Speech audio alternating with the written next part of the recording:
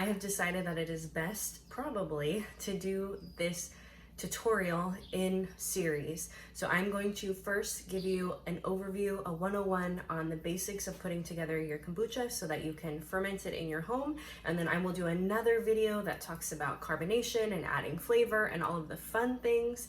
And then I may need to do a third video to just answer your questions directly if I don't get to them or answer them specifically in these videos. Let's get into exactly what you're going to need. The first thing that you're going to need is somewhere for your kombucha and your SCOBY to live and to brew. And so this is a gallon size, a little bit bigger than a gallon size beverage dispenser. I got it at Home Goods for my son's first birthday. The only thing that you need to do if you're going to buy a canister like that is make sure that you change out your spout with a food grade plastic or a stainless steel spout. So I got this spout online. I think I got it on Amazon. What was on there before was plastic coated to look metallic or to look metal, but you want to change that out because the acid and the pH in the kombucha will actually eat away at the plastic. That's not food grade. So you're going to need that. I have this little temperature guy here, temperature sticker. Quite honestly, I have used it only a couple times, but I just wanted to share what that is in case you're wondering. So this is so I can tell what the temperature is of the liquid that is in the canister. I removed the glass lid that was on top of this. I will cover it. I have like a little napkin that I put on top after my kombucha is done, so that it is breathable, so that the air can flow in and out. So there is that. Inside this is my kombucha. No, inside this is my kombucha, but this is my SCOBY here. And my SCOBY, when I first started, I bought online and he was about that big around, and he has grown to this monster SCOBY. He's been thinned out a couple times, just removing it. Since your SCOBY is not going to be that big when you get started, wherever your SCOBY comes from, you can purchase one online, you can get one from a friend that has a kombucha batch growing already, and you can grow one yourself. It's just a little bit slower process, but you can grow one yourself using a bottle of plain kombucha from the grocery store. So I have this SCOBY that is going to go to a new home, to a friend. It's leaking. Whoa. You'll need a 1.5 cups to 2 cups of starter liquid. So that basically means whatever the SCOBY was living in before, you're going to need to have some of that, at least 1 cup to 2 cups. I like a 1.5 cups. And the same when you are brewing and you're continuously brewing, you'll always want to reserve at the end, like whatever you pour off to put in your bottles and ferment. We'll go over all this in more detail later, but you're gonna always want to reserve at least 1 cup to 2 cups of that liquid as well. Okay, so let's just say this is what you're starting with. You get this guy, you have some starter liquid. When you buy them online, they come with a little bit of starter liquid as well. This is gonna go to a new home. So what you're going to do next when you have your SCOBY and your starter liquid is you're going to make your own batch of kombucha liquid. It's basically black tea, water, and sugar that you're going to heat up on the stove and transfer into your brewing vessel.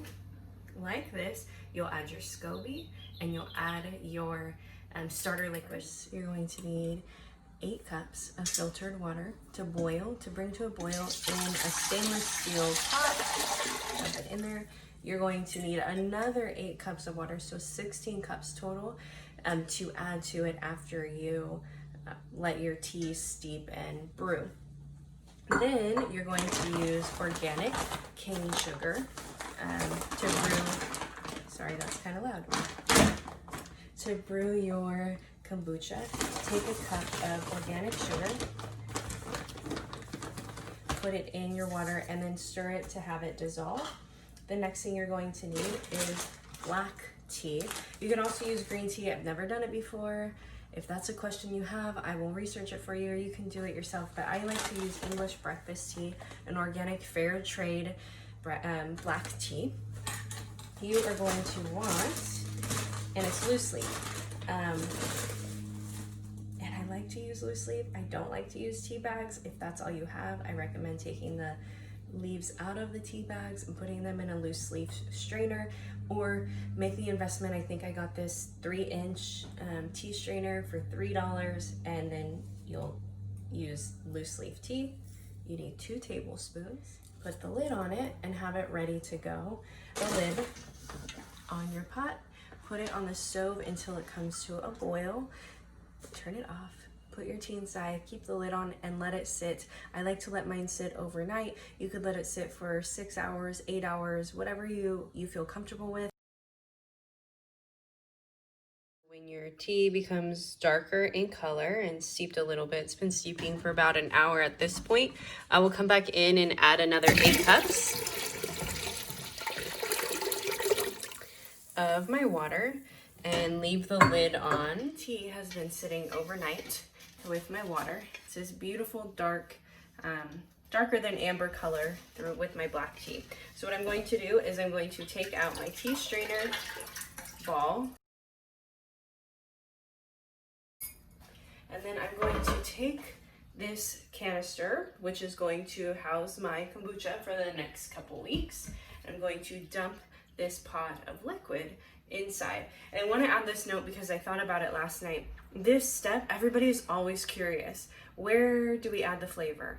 We don't add the flavor in this step. This step is just sugar, tea, and water, and fermentation with your SCOBY. Next step, when we start to go into second fermentation, where we create the carbonation, which is the bubbles, and then that's when we get to get creative and add in our flavor.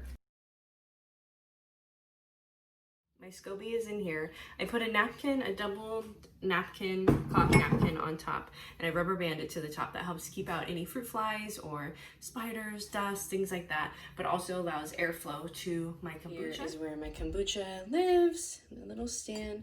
I keep a dish underneath the spout so that anytime I test it, or just if it drips at all, it'll drip into the bowl instead of dripping onto my counter. Keep your kombucha in a place that is warm, but not too hot, but definitely not in a cold space. Fermentation does not like cold, likes a gentle warmth. There it is. This is my kombucha, and see this layer here that's growing on the top? This kombucha has been sitting for about a week since I last recorded videos, and I want to show you, if you've ever wondered how a little tiny round SCOBY goes into these thick layers, it's because during the fermentation process, the SCOBY grows more layers on layers. So this, in the last week, has grown this brand new SCOBY layer.